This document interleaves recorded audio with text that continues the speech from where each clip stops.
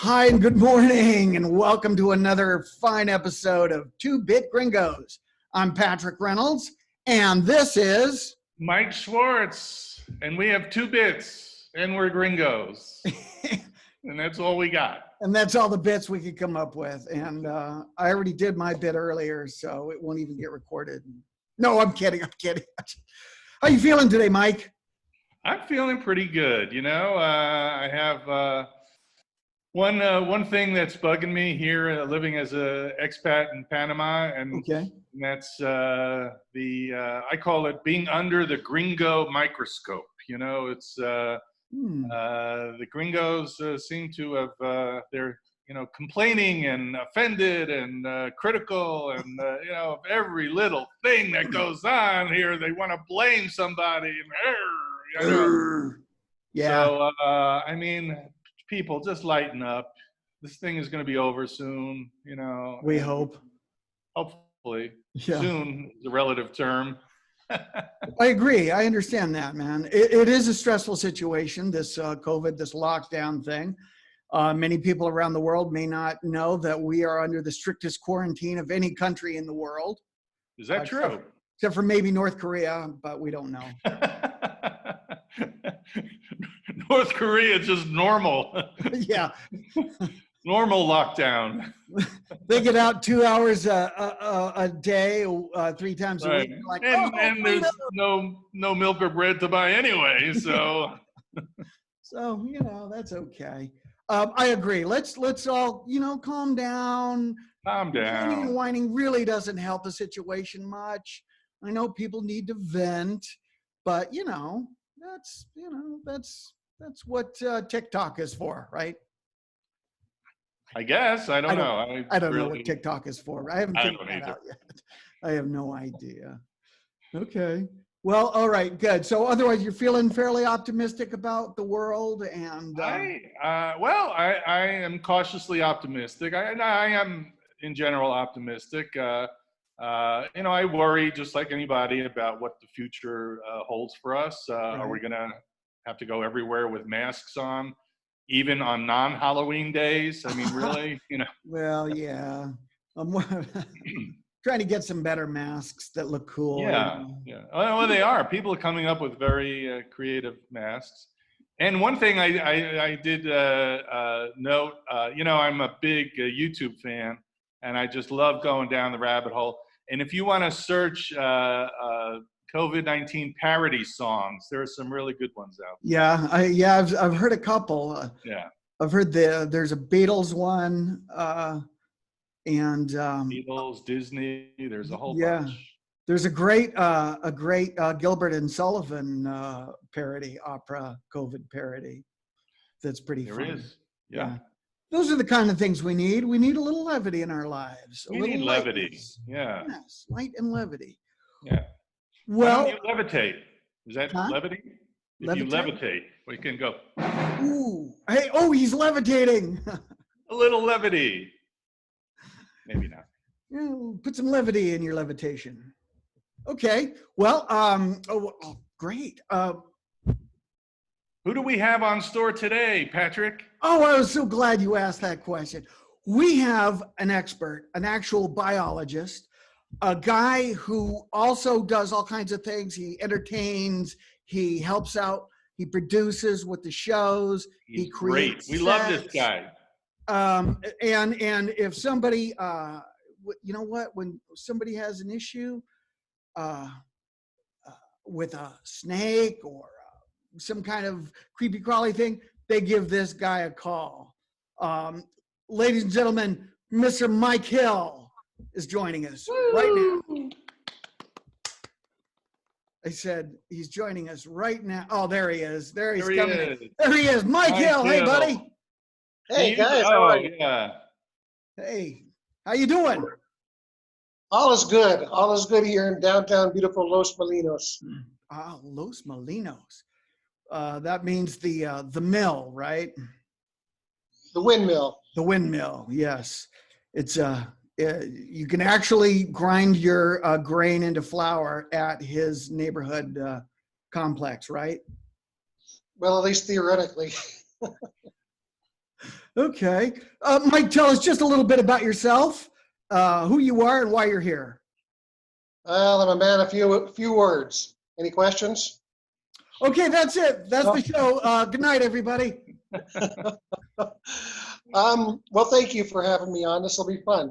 I am originally from California, grew up in Los Angeles, went up to Northern California to Humboldt University, got my fisheries biology degree there, met my lovely bride-to-be there, moved to Sacramento, worked for State Fish and Game for a while, moved to San Luis Obispo, worked for Fish and Game as a biologist, got my master's degree at Cal Poly, San Luis Obispo. Whoa, nice. And we moved down here in November of 2 years ago, 2018. We retired and came down here. We've been coming down here every year since 2011 for at least one trip, usually two. Okay. And just fell in love with Panama, the people, the fishing, the biodiversity, all that good stuff. Cool. And I might add, you are at least a part owner of a coffee farm. Isn't that correct? Indeed. I have a partial ownership of the Manana Madera coffee estates up in Alto Kiel. Best coffee in Panama, I've heard from a good source. Nice. More than one.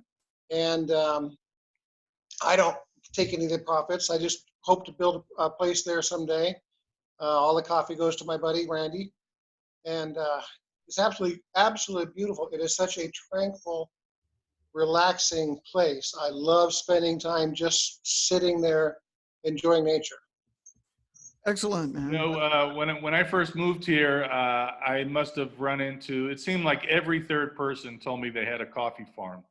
I was like, are there that many farmers here that are really, but I understand now that when you say you have a coffee farm, not everyone is out there picking the coffee beans off the trees. There are different forms of coffee farming, but exactly. There's little recreational ones where people have, you know, several dozen plants in their yard, other, you know, to several hectares. right.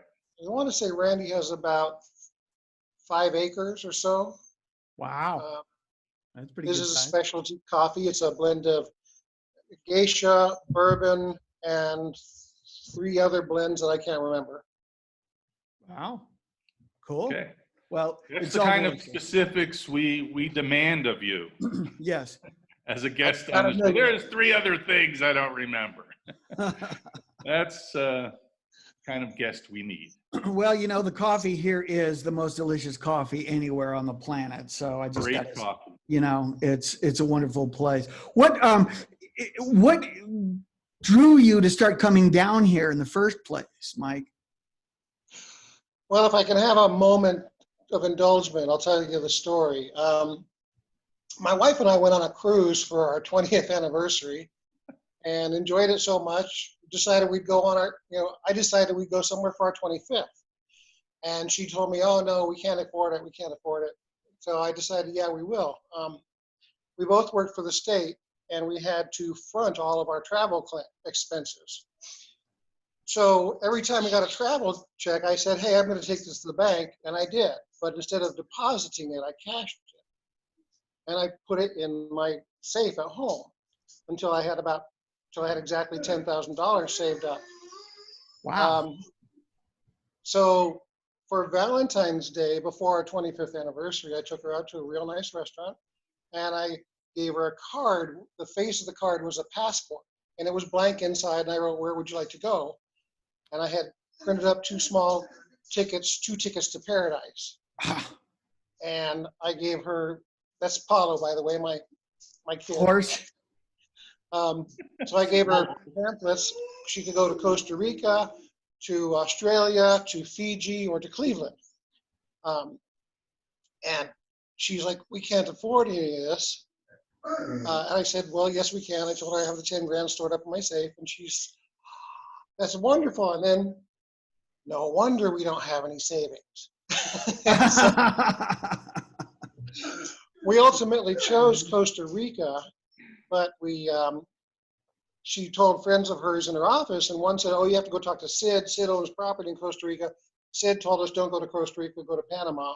It took us 10 years before we actually got to Costa Rica, but we went to Panama twice that year. That was back in 2011. Okay. Wow. So, well, you made the right that's how we choice. got here. What's that? I said that's how we got here. We okay. absolutely love the people, the climate, the biodiversity. Of course, I love the fishing. Mike, I got fishing stories coming out for the wazoo for you. I love your fishing stories. But all right, do you live? Let me ask you: do you live the rest of your life like a drug lord? You know, keeping $10,000 in the safe all the time? Because that's something I've never done. I have an MFD protecting my safe. A mean dog. Aha, nice. But there's only about $40 in it. Well, you know, hey, you may need that at some point. Now that you probably blow it all, you know, tomorrow, now that we're allowed to buy liquor again, right? Exactly. So talking about the quarantine, how do you like that segue? Liquor. Nice, smooth. How have you been handling it, Mike? I know we all have our own little, you know, I don't know. Well, I'm going to brag for a minute. I decided on April 2nd, April 1st was a bad day to start something because it was a joke, but on April 2nd, I started running and doing push-ups. Our yard here is fairly large, and I can do one loop around the entire back, and it's 1/8 of a mile. After one loop, I do 10 push-ups. So I'm up to, yesterday I ran 4 miles. And wow. Again, I'm bragging, but since the 2nd of April, I've done a little over 5,000 push-ups. Wow. Wow, that's amazing. So I'm up to about 230 a day. That's so muy fuerte. Well, I'm pleased because I'm seeing changes. I'm seeing I'm seeing a little bit less belly and a little bit of more definition. And it's I just decided, you know, I can sit on my rear and do nothing, or I can get out and do something. So I'm running 5 days a week and doing push-ups 5 days a week. Excellent. So you're acting as if you are in prison. I mean, that's what people are saying. That's right. It's like we're in prison, and you're one of those guys who started to lift as soon as you got behind bars. Yeah, so, yeah. And you're doing the exercise thing. I just give myself tattoos. Safety and bulking up, guys. All I do is make hooch in the toilet. That's what I've been doing. That's not hooch. No. Mike, I have a question for you, a little topic I'd like to touch here, and it keeps coming up over and over and over, and I think you know where I'm going to go with this. It's the issue of the local snakery, the snakeness here. We have a variety of snakes. Some of them, I suppose, could kill you if you let them. But there's one in particular. There's a lot of confusion and a lot of silly rhymes that don't work. They're collectively called the coral snake. Would you tell us a little bit about the coral snake and how deadly is it, and why isn't that rhyme any good? Yes. Okay. Coral snakes are a species of true vipers. There's vipers and there's pit vipers. Pit vipers actually like the fer-de-lance. They have a little pit between the eye and the nose that senses out heat. And they can strike at something without seeing it because they detect the heat. They have a different kind of venom than true vipers. Vipers include cobras, kraits, coral snakes, sea snakes. Coral snakes typically have a combination of black, red, and yellow, or black, red, and white. The rhyme, which I will emphasize, does not work in Central America. So forget that rhyme. And I'll give you a new one. Okay. The rhyme that does not work is red touch yellow, kill a fellow. red touch black, friend to Jack. That doesn't work because we have coral snakes down here. The Panama pygmy coral snake, which has a combination of red touching black. We have the Panama coral snake, which has red touching black. We also have two multicolored, actually three, what they call bicolored coral snakes, where they either have only black and white or only black and red. But they will kill you just as quickly as any other coral snake. The coral snake venom is considered to be second in the world only to that of a black mamba in terms of how dangerous it is. Wow. And black mambas are fantastically toxic. They live in Africa. We don't have to worry about them here. Oh, that's good. The advantage is the wrong word. The good thing is that coral snakes, they have a mouth that's plenty big enough to bite you. Doesn't have to get you on the webbing of the finger or something like that. They can get you on the side of a hand. I actually saw a video recently of a kid who was playing with a coral snake and got himself bit on the finger, and luckily he got a dry bite where it didn't inject any venom. The thing about corals is that the fangs are permanently affixed to the top of the mouth and they stick down. Most venomous snakes, the fangs fold back, and when he opens his jaws, the fangs stick out forward like that. Ah. On a coral snake, the fangs are very short and they are permanently stuck straight down like that. So the venom delivery system is not efficient. That's why about a third of the bites from coral snakes are what they call dry bites, where no venom is delivered. Oh, interesting. It's still something you don't want to mess with. No, I wouldn't. I don't. Oddly, in the neighborhood I live in Los Naranjos, I have never seen a snake of any kind in this area, coral or otherwise. So that's kind of nice. But your neighbor Debbie has had, I think, 7 corals on her spot. I know. I think she puts out that snake bait that attracts them or something. I don't know, but some people have all the luck, you know. You Mike, can see. You can see my neighbor tell me- Debbie's house in the background there. Sorry. Didn't you tell me, Mike, that the best thing to do is just you don't bother the snakes, they most likely are not going to bother you. If you just stay away from them, they're going to leave you alone. I mean, that's what I try to do. Exactly. Watch where you put your hands and your feet. And if you see a snake, the immediate thing to do is take 3 steps backward, because he won't be able to reach you from 3 steps away. Snakes can only strike at the most at about half of their body length. So a 6-foot-long snake can really only, which corals don't get, but a 6-foot-long snake can really only strike about 3 feet. So if you take 3 steps back, you're safe. Interesting. Okay, now the biggest snake question I had for you is, how do you think the snakes are handling the quarantine? I suspect that they're all doing something underground that we can't detect, because that's where they normally lurk anyway. Aha. So they're getting together. They're plotting something, but they're underground. They're probably some sort of speakeasy. By the way, if I may, the rhyme I wanted to leave you with. Oh, yes, please. The best rhyme for dealing with a snake: roses are red, violets are blue, leave the damn snake alone. Nice. I like it. All right.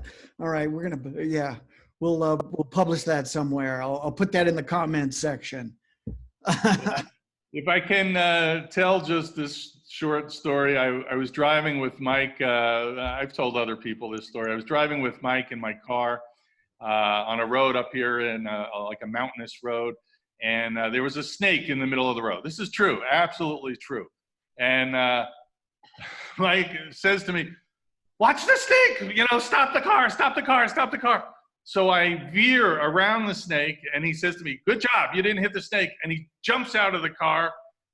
The snake is now behind us. He goes and gets the snake. He picks up the snake, and he walks up the mountain, because the snake is on the road. He walks up the mountain, and no, first he brings it to me. He brings it to me to show me. I forgot that part.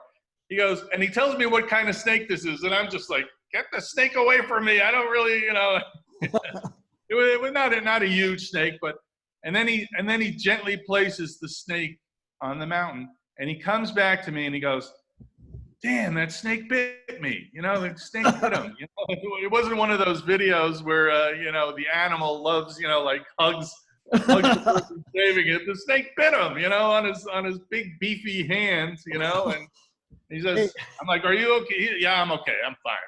I'm a biologist, you know. Happens to me all the time. Well, they are snakes, you know. Yeah, it was a little green vine snake, pretty harmless. Okay. Well, so you know, I'm just thinking that given, okay, you know, they have venom, they're potentially deadly, but I'm thinking my odds are a lot better down here with the snakes, the scorpions, and the spiders than they are, you know, walking around Los Angeles with the drive-bys and the heavy traffic and the people who are constantly trying to kill you there. Agreed wholeheartedly. Now, I look for snakes because I'm fascinated by them. I have looked for them, you know, everywhere I've gone. I have seen one venomous snake in Panama, and that was a sea snake when I was out fishing. Another fishing story, Mike. I've seen one eyelash viper, absolutely beautiful, bright yellow snake in Costa Rica. And I've seen only like 3 snakes this year alive. Wow. Just happened to be going by quickly. 2 racers and I can't remember what the other one was, but anyway. Well, it was probably deadly, or at least most people thought it was deadly who would casually see it. People tend to think any snake they see, even rubber ones, are deadly. So Yes. And the best snake is not a dead snake because snakes eat the mice and rats and other things that are attracted to your house when you leave bird food out or cat food out and things like that. So yeah. Cool, man. That's great. I was once at a little social gathering here. I haven't seen many snakes either, but actually maybe just that one and this one I'm going to tell you about. I was at a little social gathering. I was outdoors, and all of a sudden there was this big, you know, something was going on. You could tell in the air, you know, people were talking. And I'm like, "What's going on? What's going on?" And they said, "There's a coral snake over here. Come look at this coral snake." So I go over to look at the coral snake, and I thought coral snakes are like deadly and scary, you know. And I'm like approaching it very carefully, and I don't know if it was a baby, but you know, it was like 6 inches long, and you know, a little bit longer than a worm. Or so, you know, it looked like a colorful worm, you know, like. And I was like, this is what everybody's worried about, you know, like it didn't seem so scary, you know, based on its size. So yeah, I haven't seen many snakes here in Panama, and you know, except for some of the gringos. But yeah, there's a couple of those walking around. Yeah, can't avoid them no matter where you go. They say that here's a rumor you can confirm or deny that I've heard, Mike Hill. Baby rattlesnakes are more dangerous than adult rattlesnakes. A, is that true? And B, if it is true, would that also hold with a coral snake? It's not true for a different reason than most people think. The venom on a juvenile rattlesnake is slightly more toxic than the venom of an adult. And that's because primarily the juvenile rattlesnakes eat lizards and other cold-blooded prey that take a little longer to kill than, say, a mouse. So they want to kill it quicker because they lose energy not only injecting it with venom but also having to track it down and find it. So they want to kill it a little quicker.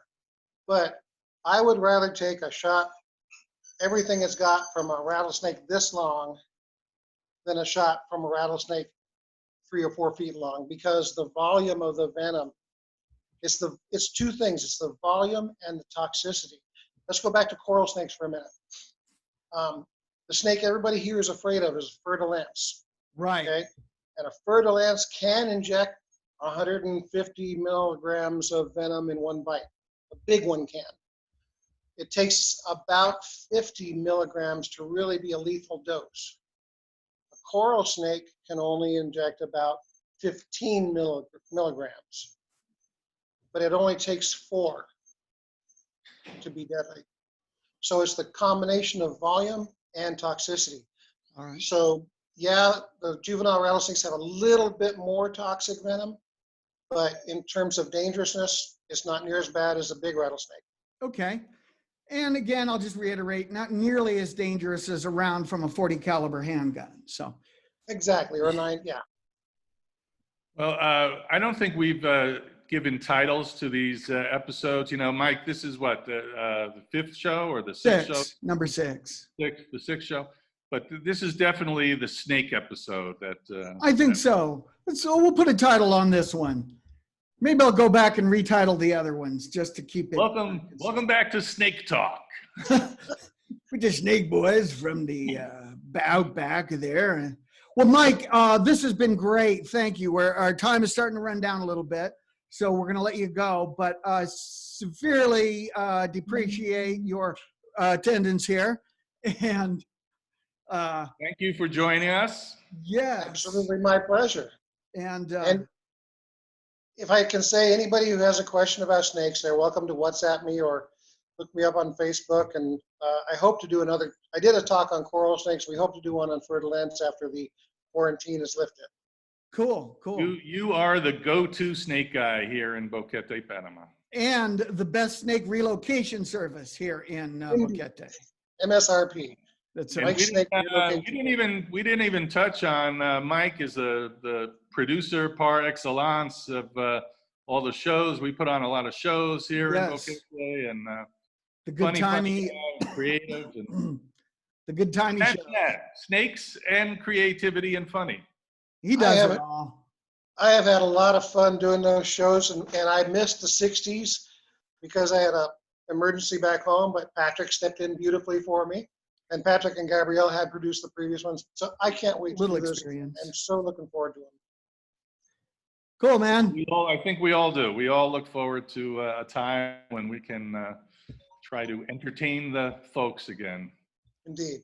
Yes, that's what we live for, entertaining those peoples. All right, guys. Here.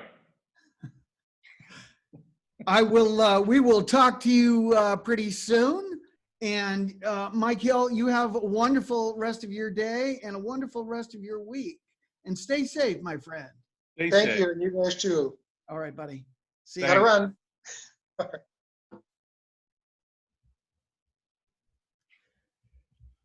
I thought he'd never leave, right? No, I'm kidding. He is a wonderful guy, and he's right. His wife Jerry is a lovely and delightful individual. Absolutely. Yeah. Absolutely. Yeah, man. So that was fun. That was interesting. A real man's man. He's what I aspire to be at some point in my life. You know, guy.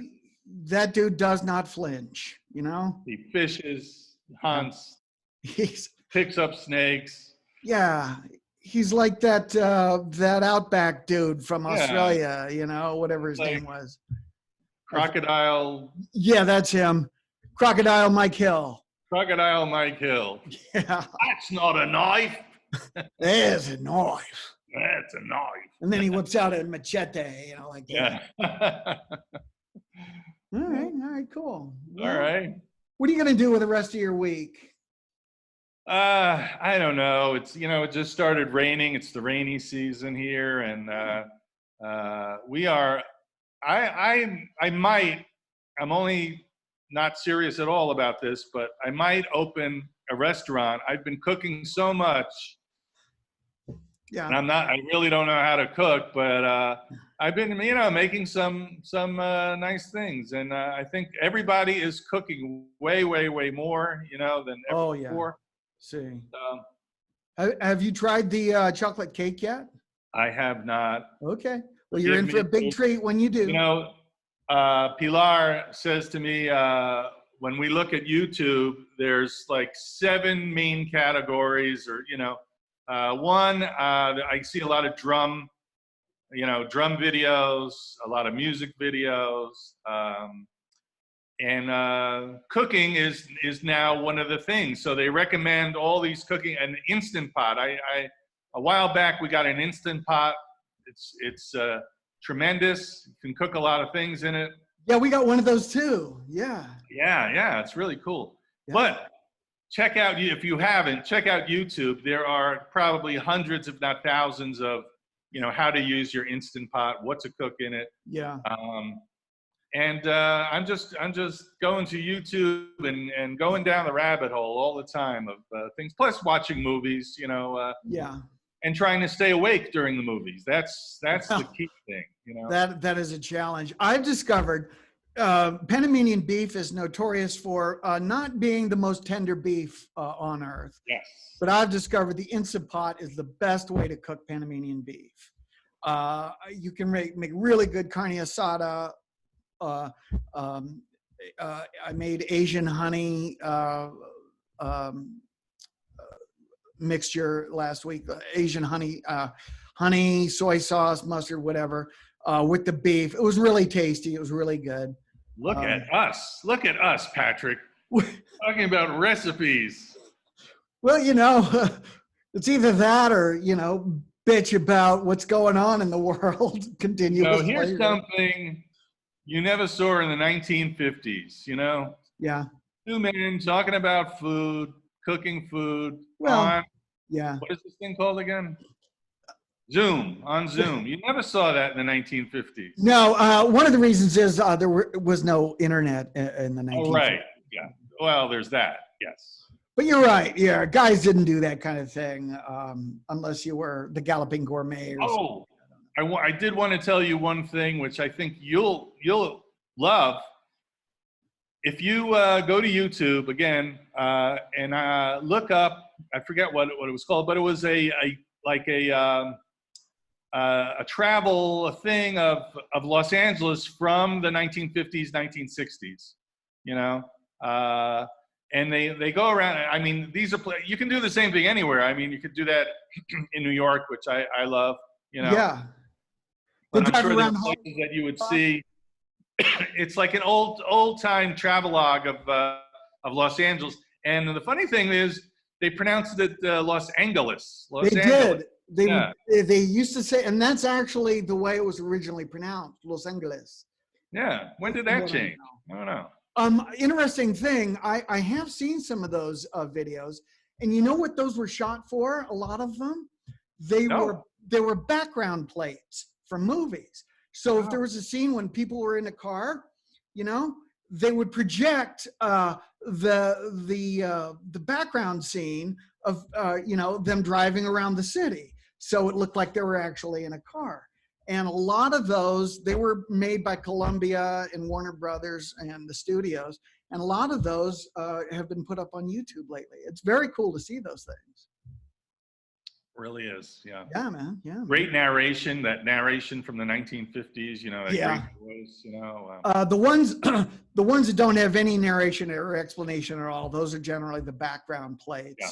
And the other ones, those are like travelogue videos. Yeah. Welcome to beautiful sunny Los Angeles, where the sun shines all the time and oranges grow right in your backyard. You know what? I grew up in Colorado. Having fruit grow like that was amazing. The idea, and it was sunny and warm in the wintertime. That was another amazing idea, to a landlocked, cold individual. Anyway. Anyway, we're about out of time for today. Yeah, we are. And which is cool, I guess, because now we can go do other fun stuff. Yes, we can. I'm about to send my wife off to the Chino to buy some. That's the word we use for here for small convenience stores, often owned and operated by individuals of Chinese or Asian descent. Rest of the world, the term Chino is kind of a pejorative, but here it's just descriptive. What it is. Anyway, we better say goodbye, Patrick. Then you're off to buy some alcohol. All right, buddy. It's been fun. Stay safe. Be safe. Stay inside. Everybody, stay at home until, later.